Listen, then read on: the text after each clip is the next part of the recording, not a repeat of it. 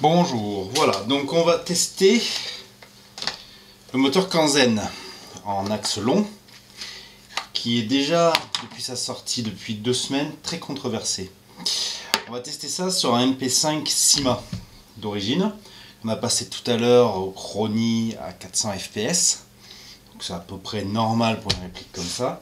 Je vais utiliser 3 types de batteries, donc une 7.4 4000 mAh en 35C, une 11.1 3300 mAh en 35C et éventuellement une 14.8 en 35C de 3300 mAh.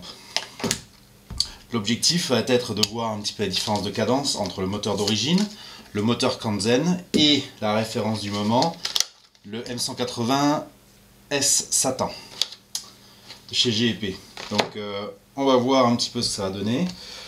Donc toutes les batteries sont chargées à fond, 98% pour la 11.1, 99% pour la 7.4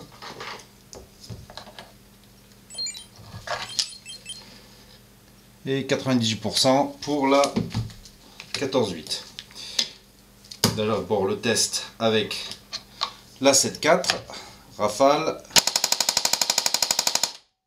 par coup. Nous passons ensuite à la 11.1 rafale par coup. Et nous allons terminer par la 14.8. Alors on va pas tirer trop longtemps parce que généralement ça tient pas trop. Voilà.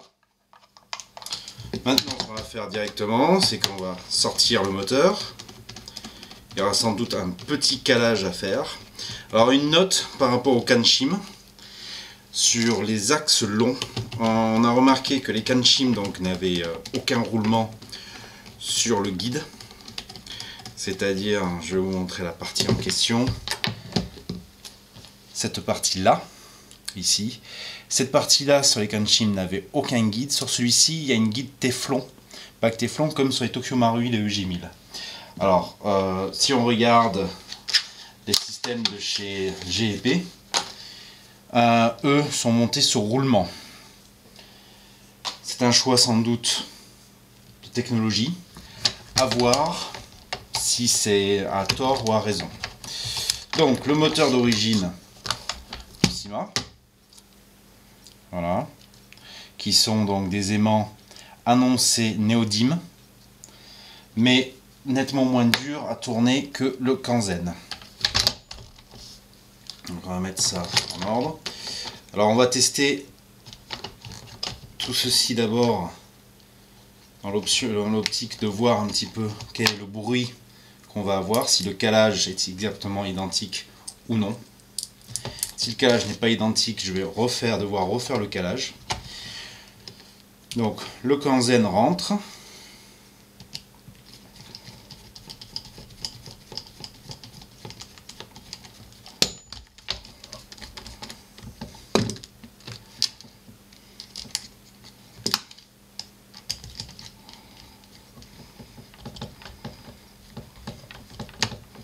Alors à noter quand même qu'avec une bonne batterie, décharge instantanée 35C voire plus, comme ce que j'ai pu utiliser, on se retrouve avec de très bonnes performances avec le moteur Cyma d'origine. Alors maintenant c'est le Kanzen, on va voir un petit peu le bruit. Un peu plus aigu, trop aigu même, je dirais.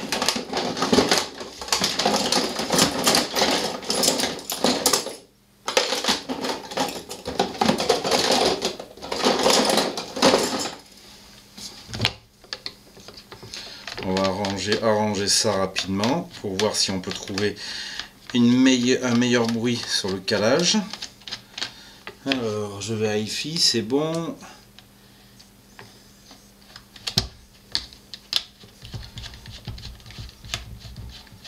Alors on était à peu près par là.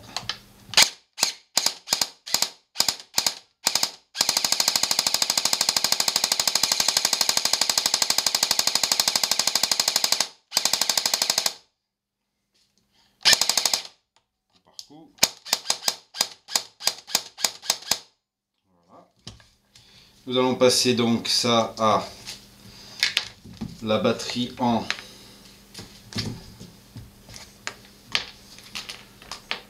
7,4. C'était ce qu'on vient juste de tester. Je vais partir maintenant sur de la batterie en 11,1 volts. Donc adaptateur pour la 11,1 volts. Tac.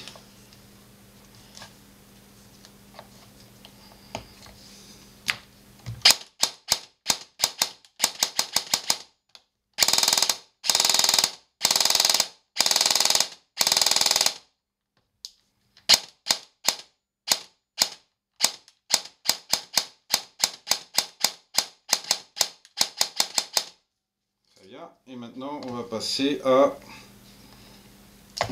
de la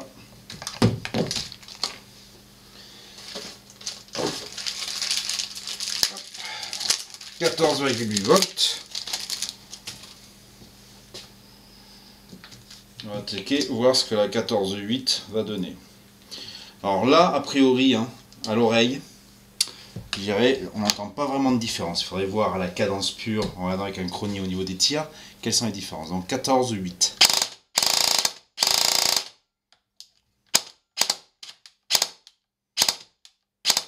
Bon, là c'est indéniable.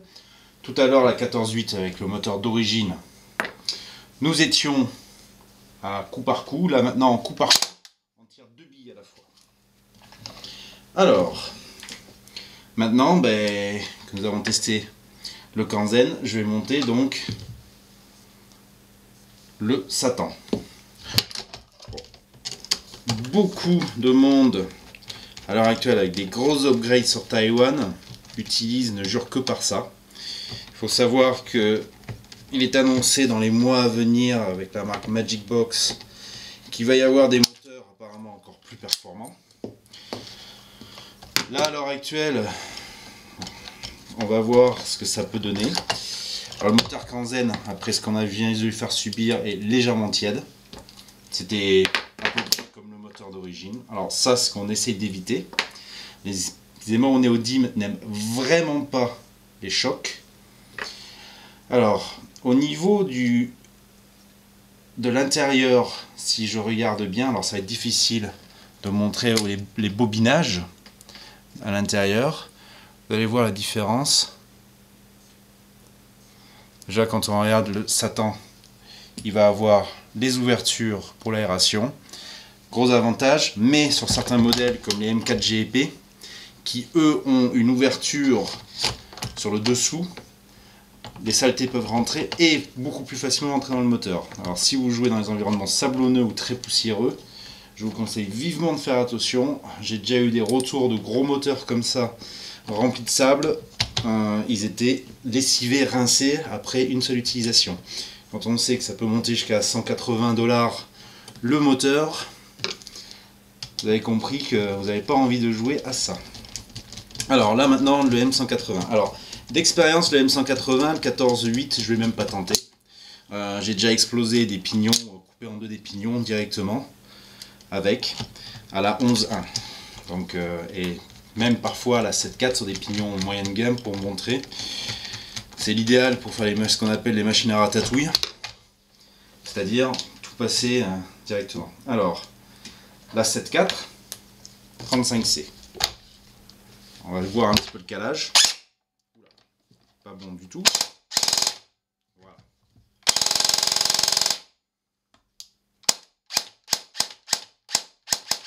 Notez qu'il n'y a même pas de MOSFET dessus. Déjà rien qu'en 7.4, ça va être largement suffisant. Je vais passer maintenant à la 11.1. Alors je vais y aller très doucement à la 11.1 parce que vous allez voir, vous allez le constater par vous-même, c'est voilà, coup par coup à la 11.1.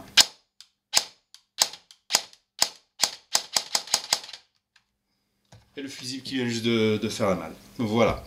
Bon, je pense que ça prouve bien une chose, c'est que le moteur Kanzen est un peu mieux qu'un Syma. À voir maintenant à quel point il est mieux. À 109 € par rapport à un M180G épais. La grande question est est-ce que mettre ces quelques euros de plus pour avoir un M180G épais vaut pas la peine quand on regarde les performances du moteur Kanzen? Surtout que le M180S de chez GEP sont montés avec les guides directement, donc roulement sur roulement et non pas sur bague. Ça ne fait pas très sérieux du tout, si je dois comparer. Donc là je viens juste de chanter directement le fusible. Réactivité absolument phénoménale.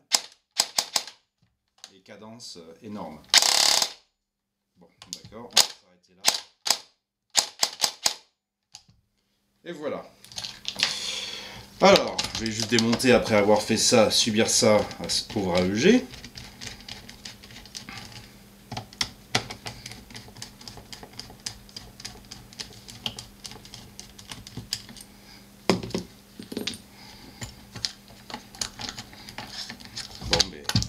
Là, le M180S est tout juste tiède. À noter, tout juste tiède. Bon, lui je le remets dans sa petite boîte. Voilà, donc c'est ça que je vais monter sur le M180S, important. Je vais défaire les ressorts sur chaque modèle.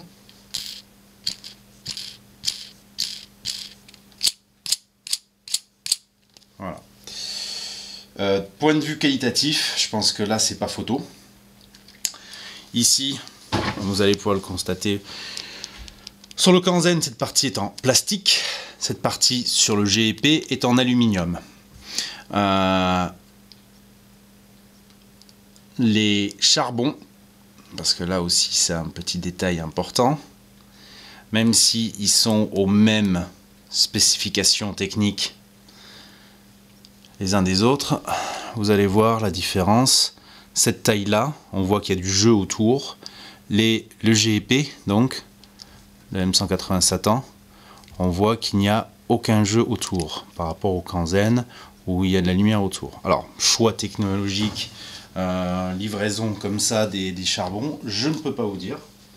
Le fait est que on s'aperçoit quand même qu'il y a sur l'un des modèles une nette diminution de la qualité par rapport à l'autre.